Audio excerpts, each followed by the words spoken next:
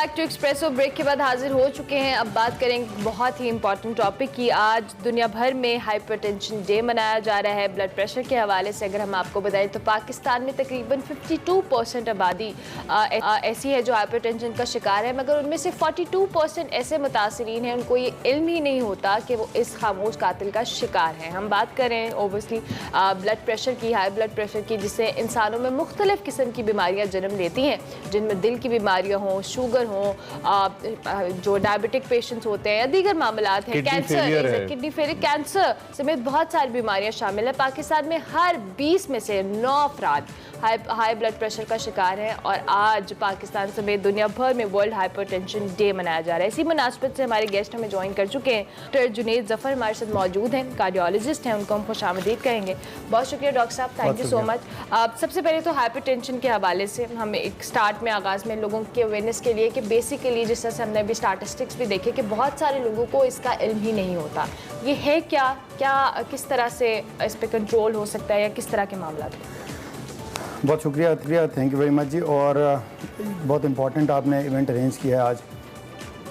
Hypertension, बुलंद फशारे खून, इसको साइलेंट किलर भी कहते हैं, खामोश कातिल भी कहते हैं इसको। बज़ाहिर ये एक बड़ा सनसनीखेज सा नाम है, लेकिन एक्चुअली ये है इसी तरह। उसकी बहुत सारी रीज़न्स हैं। पहले तो मैं आपको बताता हूँ कि हाइपरटेंशन से मतलब क्या है, फशारे खून का मतलब क्या है।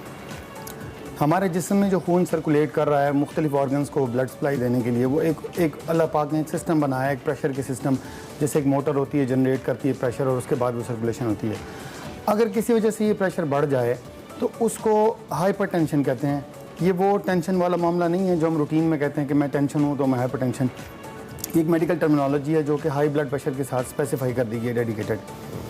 अच्छा, अब प्रॉब्लम ये है कि hypertension most of the time blood pressure का बढ़ना या जो बुलंद फशारे खून की तरफ जाना, ये एक बहुत स्लो और ग्रेजुअल प्रोसेस होता है।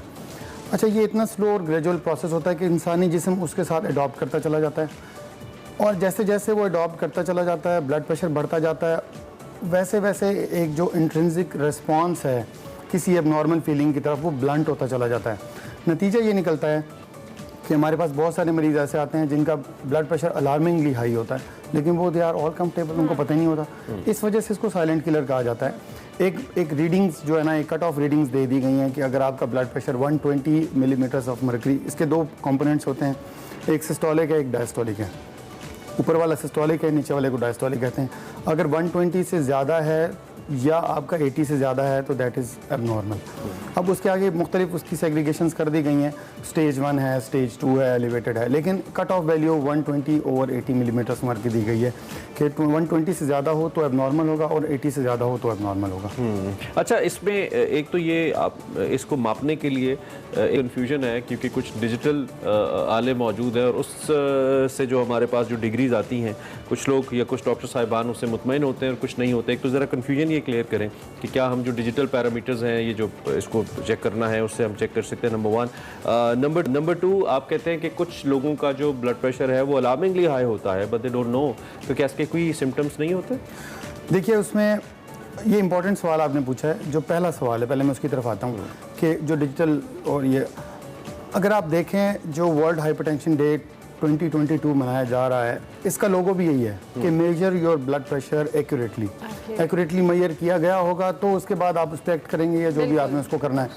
तो एक तो वो जो गोल्ड स्टैंडर्ड है वो तो वही जो हम मर्करी बीपी ऑपरेटर्स के साथ या जो कर रहे होते हैं डॉक्टर्स रात।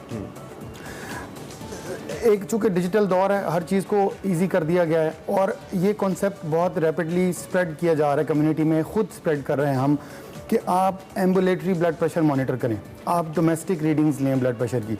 एक ऑफिस में, क्लिनिक में बैठा हुआ एक बंदा जो है वो टेंशन, उसके जहन में 100 चीज़ें और डॉक्टर के पास बैठे हैं, कोई बुरी खबर ना सुना दे, पता नहीं, वो एक कुदरती बात है, वो बीपी बढ़ जाता है।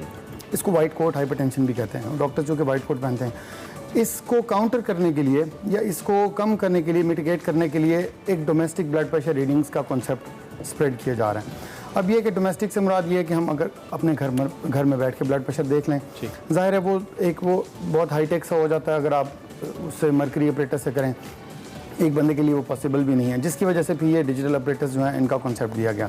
अच्छा, over the counter available devices हैं, मुख्तलिफ कंपनीज़ हैं, जो आपको पता है हर चीज़ में एक कॉम्पिटिटिव सा इन्वायरमेंट है। बहुत सारी कंपनीज़ बना रही हैं, उनमें से कुछ अच्छी कंपनीज़ भी हैं, कुछ मतलब थोड़ा सा उसमें इतने रिलायबल भी नहीं है। जो हम इसको रिकमेंड करते हैं वो ये है कि आपका एक डॉक्टर जो आपको जिसने ये एडवाइस किया है, आप अपना ब्लड प्रेशर ऑपरेटर्स उठाएं, डिजिटल ऑपरेटर्स। नेक्स्ट टाइम जब आप डॉक्टर के पास जाएं, उसको कहें डॉक्टर साहब ये मेरा डिजिटल ऑपरेटर्स है, आप अपने ऑपरेटर से एक दफ़ा बीपी मेजर कर दें, एक दफ़ा इसके साथ मेजर कर लें, हमें उसी वक्त पता लग जाएगा कि कितना डिफरेंस आ रहा है। ओके। अच्छा, दूसरा जो आपने पूछा कि इसकी सिम्टम्स कोई नहीं होती, देखें मैंने पहले भी कहा है कि ये स्लो और इवॉल्विंग प्रोसेस होता है, उसके साथ जिस्म अडॉप्ट करता चला जाता है। बहुत नॉन स्पेसिफिक सिम्टम्स होती हैं, माइल्ड सा हेडेक हो जाना, जिस्म में थकावट का एहसास होना, आंखों पे बोझ रहना, नींद की कमी और चिड़चिड़ापन तबीयत में आ जाना। बाज़ दफ़ा लोग आते हैं कहते हैं आंखों में दर्द होता है तो पता लगता है ब्लड प्रेशर बढ़ गया। ये सब नॉन स्पेसिफिक सिम्टम्स हैं। कोई भी बंदा जो ऑफिस गोइंग है, वर्किंग एनवायरनमेंट है, स्ट्रेसफुल एनवायरनमेंट है, वो इसको मुख्तलिफ चीज़ों से एट्रीब्यूट करता रहता है कि मेरे घर में ये हो गया था तो उसकी वजह से ये हो गया, मेरे जॉब पे ये हो गया था तो उसकी, वो पता लगता है कि एक्चुअली वो तो ब्लड प्रेशर का बेचारा मरीज हो चुका है। ठीक हो गया। अच्छा डॉक्टर साहब, अब एहतियात किस तरह से की जाए? ऑब्वियसली जैसे आपने कहा कोई स्पेसिफिक सिम्टम्स नहीं है, इसकी एहतियात क्या हो सकती है, हम इससे बच कैसे सकते हैं, और इनकेस हो गया है तो हम किस तरह से इसका ट्रीटमेंट कर सकते हैं? बिल्कुल ठीक है। इसके लिए जो बेहतरीन जो एडवाइस है वो यही है कि prevention is better than cure. आप वो स्टेज ही ना आने दें, लाइफस्टाइल मॉडिफाई करें। अब बात दफ़ा ये है कि कुछ चीज़ें होती हैं वो फेमिलियल चल रही हैं आपकी फैमिली में और वो आपकी जेनेटिक्स में लिख दी गई हैं, आपके इख्तियार में नहीं है। ब्लड प्रेशर का बढ़ना, उसकी बहुत सारी रीज़न्स हैं। कुछ हम उसको दो कैटेगरीज में रखते हैं, एक प्राइमरी और एक सेकेंडरी। अब सेकेंडरी तो वो है जिसमें बहुत सारी बीमारियाँ जिस्म के अंदर चल रही हैं, उनकी वजह से बीपी बढ़ जाना। ठीक है। वो कुछ एंडोक्राइन के मसले हैं, कुछ किडनीज़ के मसले हैं, कुछ बाय बर्थ प्रॉब्लम्स होते हैं सर्कुलेशन के उसमें, लेकिन कुछ हैं प्राइमरी जिसकी कोई रीज़न ही नहीं है। आमतौर पर ये वो लोग होते हैं जिनकी फैमिलीज़ में रन कर रहा होता है। तो अगर तो आप हेल्थ कॉन्शियस आदमी हैं, अगर आप अपनी हेल्थ के बारे में सोचते हैं तो आप ये देखें कि कहीं आपका फेमिलियल टेंडेंसी तो नहीं है, आप पोटेंशियल हाइपरटेंसिव तो नहीं है कि कहीं आगे जाके, और अगर है तो फिर ऑब्वियसली एहतियात करें। अच्छा, इसके जो ट्रीटमेंट में भी हम यही एडवाइस करते हैं कि सबसे पहला नंबर आता है लाइफस्टाइल मॉडिफिकेशन का।